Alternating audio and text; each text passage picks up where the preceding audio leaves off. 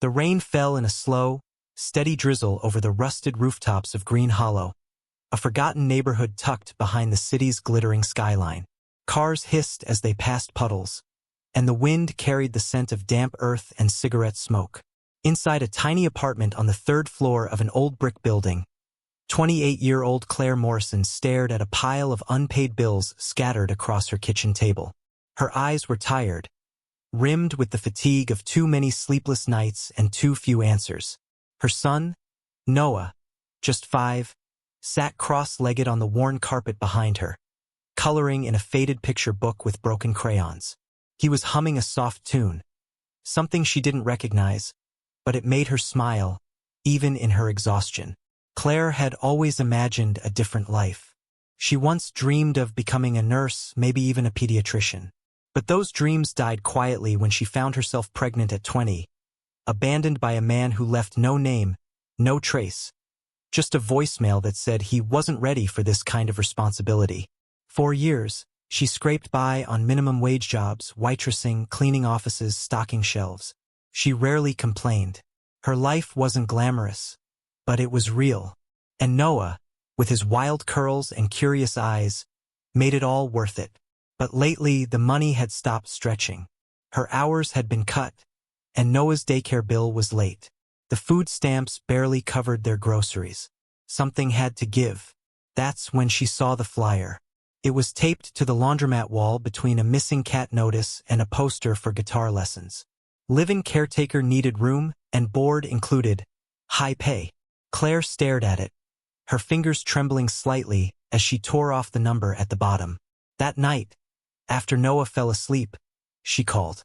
The voice on the other end was brisk but kind. A woman named Eleanor explained the situation. A wealthy man in his late 40s had recently suffered a debilitating stroke. He lived in a large estate on the outskirts of the city and needed constant assistance. Feeding, bathing, medication. Eleanor said the family had cycled through 3 caretakers in 2 months. They weren't the right fit, she said vaguely. Claire hesitated, then said she'd take the job. She didn't ask questions. She didn't have the luxury of curiosity. The estate was a mansion, hidden behind towering iron gates and a long, winding driveway flanked by oak trees. Claire and Noah arrived by taxi at sunset, their belongings crammed into 2 worn suitcases. The mansion loomed like something from a forgotten novel, its gray stone walls veined with ivy, its windows tall and dark like watching eyes. Eleanor greeted them at the door, her smile polite but cautious. She was a short, silver-haired woman with sharp eyes and a clipboard clutched tightly in her hand. Noah will stay in the guest wing. You'll be on the 2nd floor, near the patient's room, she instructed. He doesn't speak much anymore. He's conscious, but different. Claire nodded. She was used to things being strange. They were led through silent hallways adorned with oil paintings and dim chandeliers. The air smelled like antique books and stale perfume. The patient's room was at the end of the west wing, a cavernous space with dark curtains, machines humming softly, and a figure lying in the bed, barely moving. She didn't see his face clearly that first night. The room was too dim, and she was too focused on settling in, getting Noah tucked into his new bed, learning the schedule of pills and feedings and check-ins. But something about the man in the bed struck her as eerily familiar. Not visually. His face was gaunt, his hair graying, but something in his aura. A strange weight in the air when she stepped near him.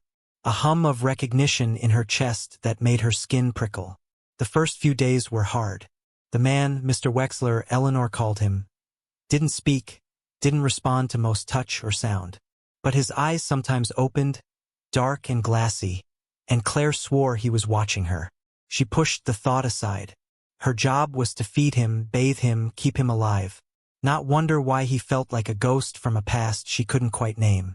One evening, about a week into her employment, she sat in the small parlor near the kitchen, flipping through an old photo album she'd found on a bookshelf. It was filled with pictures of the estate in its heyday. Garden parties, grand dinners, celebrations she could never imagine affording. And then she turned the page. There he was, a younger version of the man in the bed. Mr. Wexler, in his prime, Tall, commanding, with sharp cheekbones and a disarming smile. Claire froze. Her breath caught in her throat. Her hand trembled. It was the eyes. Those same dark eyes she'd seen once before, years ago. In a bar on a rainy Friday night. In the mirror of a cheap motel room. She dropped the photo album. She could still remember that night. How charming he'd been. How intoxicating his laugh was. She never knew his full name. He said he was just passing through. One night. No promises. No contact. She never expected to see him again. Never thought she would end up pregnant from that night. She told herself 100 times that it didn't matter. That Noah didn't need a father who didn't want to be found. But now she knew. The man she was caring for, the man who lay helpless in the bed upstairs, was Noah's father. Claire didn't sleep that night. She lay awake, staring at the ceiling, heart pounding like a war drum. Questions stormed through her mind like a hurricane. Did he know? Did Eleanor know? Had someone arranged this on purpose? Or was it just some cosmic accident? A cruel trick played by fate? She crept into Noah's room and watched him sleep. His tiny hands curled near his face, his lashes long over flushed cheeks. He looked so peaceful, so untouched by the storm gathering in her mind. She couldn't tell him. Not yet. Maybe not ever. But she had to know the truth. In the morning, she would go to Eleanor. She would demand answers. And then she would face the man who had abandoned her once, and now lay silent, like a ghost from her past waiting to be awakened. The morning sun filtered through gauzy curtains, casting soft gold across the kitchen floor. Claire stood at the counter pouring black coffee into a chipped porcelain mug, her hands unsteady. Across the hall, she could hear Eleanor's voice giving quiet orders to a groundskeeper. She didn't wait. Coffee forgotten. She crossed the hallway and followed the sound until she found Eleanor in the sunroom, inspecting a wilting orchid. The older woman looked up, raising one thin eyebrow. "You're up early," she said. Claire didn't bother with small talk. "I need to know who he is," she said flatly. "Mr. Wexler." His full name. Eleanor's smile didn't reach her eyes. "You already know his name. I know what you call him. I want to know who he was. Before the stroke." Eleanor studied her for a long moment. Then she sighed and set the orchid down. "His name is Andrew Wexler, former CEO of Wexler Development Group. Widowed. No known children." She tilted her head. "Why do you ask?" Claire hesitated, heart pounding in her chest. "Because I think I knew him. Years ago. Before all this." Eleanor's expression didn't change, but something in her body language did. Just the faintest tightening of the jaw. "I see," she said slowly. "That would explain why he's responded more to you than the others." Claire blinked. "He has. Small things. His blood pressure steadies when you speak. He opens his eyes more often. That hasn't happened in months." A cold chill swept over her. She tried to shake it. Did he ever mention a woman he met about 6 years ago? Her name was Claire. She was waitressing in Midtown. Eleanor's eyes narrowed. No, he never talked about his personal life. Andrew was private. Ruthlessly so. She paused. "Why are you really asking, Claire?" Claire didn't answer. Not directly. Instead, she whispered, "He's my son's father." Eleanor stared at her for a long, stunned moment, lips parting slightly. "You're sure?" "I'm sure." For once, Eleanor had no response. She simply turned and walked to the window, staring out into the fog rising over the hedges. "He's not the man he once was," she said finally. "The stroke changed everything. The business collapsed. His reputation fell apart. There are things you don't know. About the company. About him." Claire felt her stomach twist. "Like what?" Eleanor turned back. "Let's just say, he made enemies. Business rivals. A scandal or two. When the company went under, so did most of his fortune. This house was paid off, but most everything else is gone." Claire's mind reeled. She had imagined a man who walked away from responsibility because he didn't care. Not a man who lost everything in silence. That afternoon, Claire returned to Andrew's room. She pulled the curtains back to let in the light, revealing his pale face resting against the pillow, eyes half-lidded. Machines beeped softly around them. She sat beside him, brushing his thinning hair away from his forehead. Her voice was quiet, trembling. "You probably don't remember me," she said. "But 6 years ago we met at Nolan's tavern. I was working late. You were passing through, you said. You bought me a drink, told me about your travels. You kissed me like you meant it." She laughed, bitterly. "You disappeared the next morning. No number, no goodbye, just gone." His eyelids fluttered. "And a few weeks later, I found out I was pregnant. I never tried to find you. What would have been the point? You didn't want me, or him." He made a sound, a low, rasping groan. Startled her. His hand twitched on the bedspread. Claire leaned closer. "Do you remember? Do you know who I am?" His eyes opened, glassy but alert. He looked at her, really looked at her, not through her but into her, and for the first time, she saw something behind those eyes. Regret, recognition, pain. His mouth moved, barely, a whisper lost in the sound of machines. She reached down and gently squeezed his hand. "It's okay. You don't have to say it. I need you to know. You have a son. His name is Noah." A tear slid down the side of his face. Claire hadn't expected that. She hadn't expected him to feel anything at all. That night, Claire tucked Noah into bed in his new room down the hall. He looked up at her with sleepy eyes. "Mommy," he said, "that man, the one in the bed, he's really sick." She brushed his hair back. "Yes, honey, he is. He looked at me today when I walked by his door," Noah whispered. "He stared at me, like he knew me." Claire's heart caught in her chest. "Maybe he did." Noah looked confused. "Why?" She didn't answer. Later, as she sat by the window in her room, the moonlight spilling across the floor, she couldn't stop thinking about what Eleanor said. He made enemies. What had Andrew done? What if his silence wasn't just from the stroke? What if someone wanted him that way? She remembered the way Eleanor had looked at her when she confessed the truth. Not just with surprise, but something else, like suspicion. And then it hit her. The flyer. It had been too convenient, too perfect. A job that paid well, provided room and board, and appeared at exactly the right time in exactly the right place. It almost felt like someone had been watching her. Her skin prickled. Someone had wanted her there. But who? And why? Claire couldn't sleep.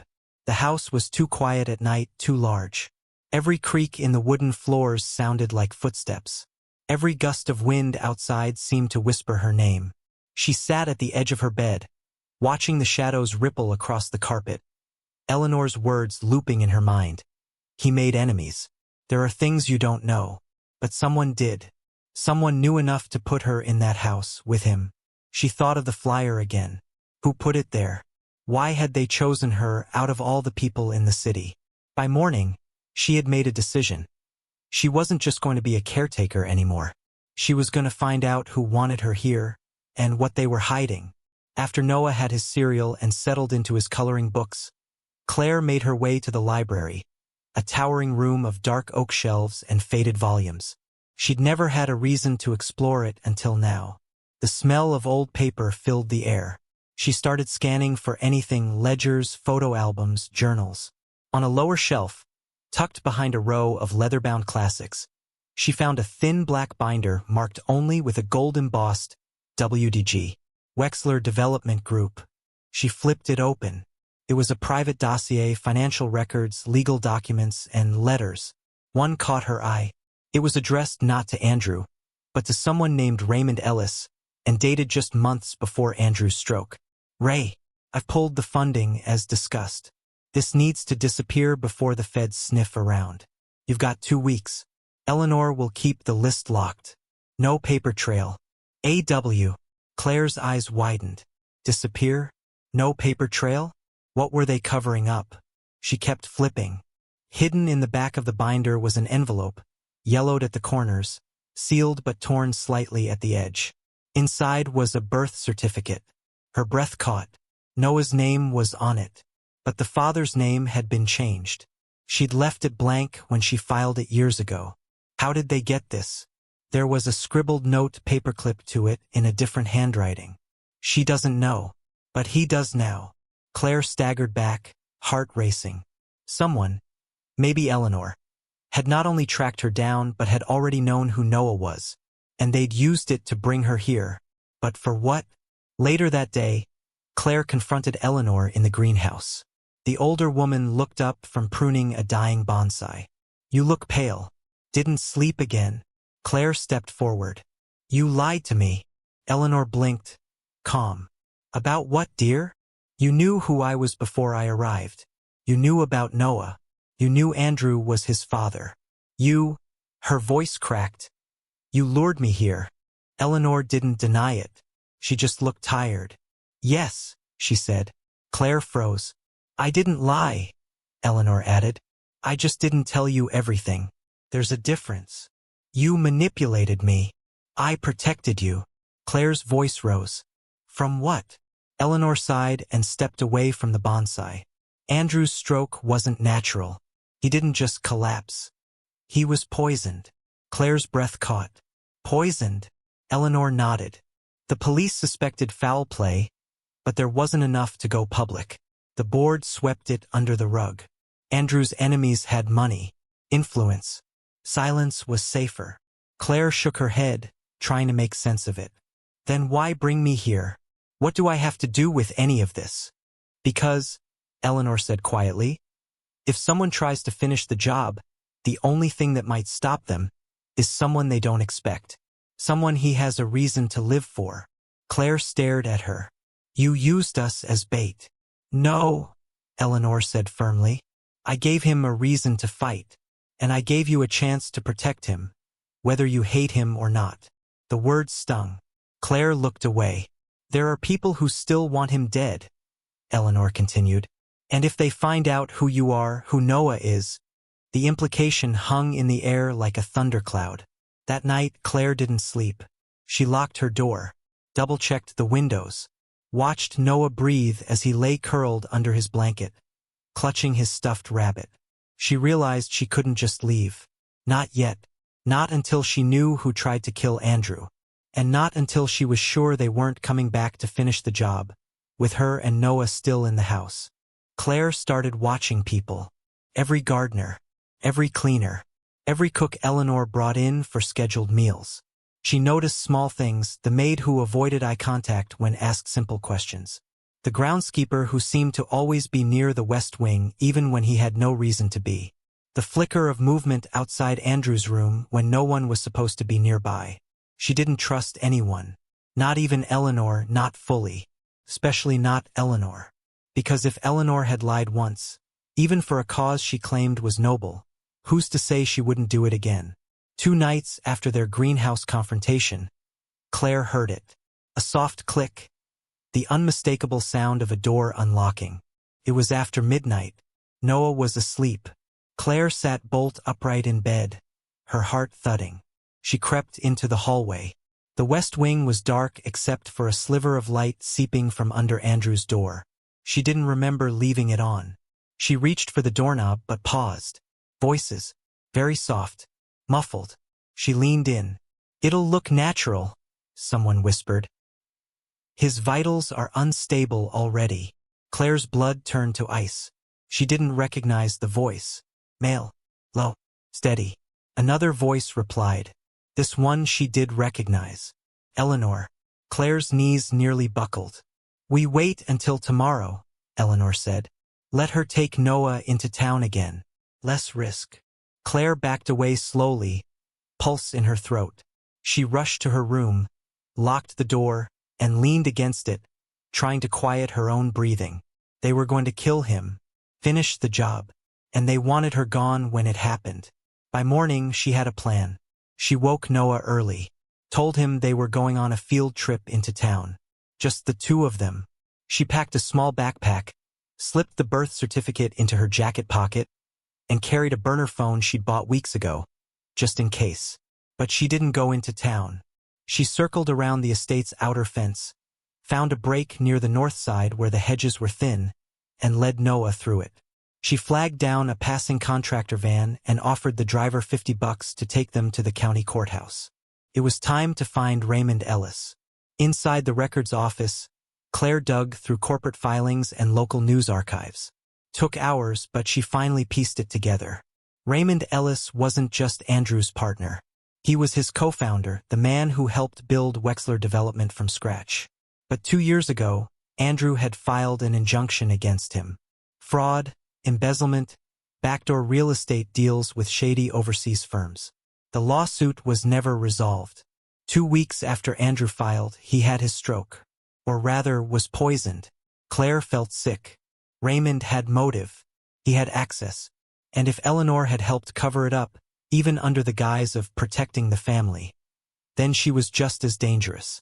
But there was something more. An old news clipping mentioned that Raymond had a son. A grown son named Simon Ellis. A nurse, specializing in in-home elderly care. Claire's stomach dropped.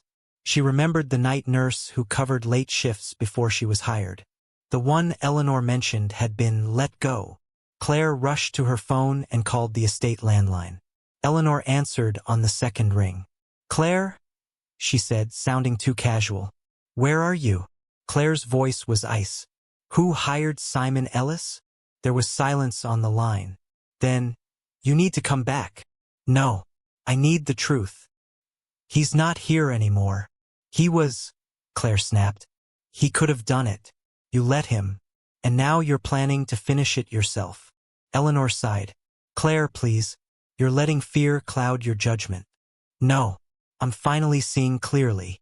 Claire hung up. She turned to Noah, who sat curled in a chair in the corner, hugging his backpack. He looked up at her. "Are we not going home?" he asked. She knelt beside him and took his hands. "Not yet, sweetheart. We're going somewhere safe. Somewhere no one can find us." But by the time they returned to the estate the next morning, accompanied by a local officer she'd begged to follow her, Andrew was gone. Not dead. Gone. The bed was empty. Machines unplugged. No sign of struggle. No blood. Just a folded note left on the nightstand. In Andrew's handwriting, "I remember everything. Protect him. I'll finish what I started. A.W." Claire stood frozen, the note trembling in her hand. He had left, disappeared, and whatever unfinished war he'd walked away from, it was about to start again. 3 days after Andrew vanished, Claire still hadn't slept. The note sat folded inside her jacket, pressed against her chest like a second heartbeat. "I remember everything. Protect him. I'll finish what I started." The local police chalked it up to a medical transfer, perhaps a private ambulance Eleanor had arranged. Without clear evidence of wrongdoing, they filed no report. But Claire knew better. Andrew hadn't escaped. He'd gone to war, and someone was going to end up dead. She stayed at a cheap motel on the edge of town, paying cash. Every time a car pulled into the lot, she peeked through the curtains. Every shadow made her flinch. Noah noticed. "Mommy, are we in trouble?" Claire smiled weakly. "We're just being safe." But inside, she was unraveling. That night, she received an unmarked envelope slipped under her door. No postage, no return address, just one photo inside. Andrew Wexler, alive, in a hospital gown, sitting on a bench in a cemetery. Behind him stood a man Claire didn't recognize. Tall, broad-shouldered, face obscured by sunglasses and a hood. On the back of the photo was a date. Tomorrow, and a time. Claire didn't want to go. Could be a trap. Probably was a trap. But she had to know. The next morning, she dropped Noah off with a friend she hadn't spoken to in months. She didn't explain, just begged her to watch him for the day. Then she drove to the cemetery named in the photo, Lakeview Rest, on the outskirts of town. At 11:56 a.m., she saw him, Andrew, sitting on the same bench, pale, thinner than before but alert, awake, alone. She stepped out of the car slowly, her breath visible in the cold spring air. He turned his head, and when he saw her, something like relief flickered in his eyes. "Claire," he said, voice rough but clear. "You came." She approached cautiously. What is this? Andrew looked down at his hands. This is my last shot at fixing what I broke. She didn't sit. What do you mean? I remember everything. The night we met. The morning I left. I didn't know about Noah. But even if I had, back then, I don't think I was a man worth staying for. Claire stayed silent. I buried people with my company, he went on. Not literally, but close enough. Raymond was dirty. I thought I could handle him. I thought I could outplay him. Instead, he poisoned me and bought his way out. Claire's fists clenched. And Eleanor? She covered it up. She thought she was protecting the family name. He looked up at her. But you're the only family I've got left. Claire's voice cracked. Why the note? Why disappear? Andrew pulled a small recorder from his coat pocket and hit play. A conversation began to play. Low voices, muffled but clear. One was Raymond Ellis. It's not enough to erase him. We need the kid out of the picture too. She won't talk if he's gone. Claire's blood ran cold. Andrew paused the recording. He's not going to stop. He knows about Noah now. And he's watching you. He stood slowly. His hands trembled slightly. That's why I have to end this. Tonight. What are you talking about? Claire demanded. He looked at her, eyes filled with something she hadn't seen in him before. Conviction. I'm going to meet him. I've arranged everything. Wire transfer, confession, a setup. I just need you to take this. He handed her a USB drive. And give it to the police after it's done. Claire stepped back. You're planning to kill him. Andrew didn't flinch. I'm planning to make sure he never hurts you. Or Noah. You can't do this. I have to. His voice was steel. I wasn't there when you needed me. Let me do something right for once. He stepped forward and pressed the drive into her hand. Please, he said, quieter now. If I don't come back, tell Noah I loved him. That I'm sorry I wasn't brave enough to stay back then. He turned to leave. Claire grabbed his arm. Don't make me tell him that story, she whispered. He looked at her for a long moment, then walked away. That night, Claire waited. She sat on the motel bed, USB drive in one hand, phone in the other. No call, no message, no news. Until 3:17 a.m. Her phone buzzed once. An unknown number. A single message. It's done. You're safe. Burn the photo. No name. No signature.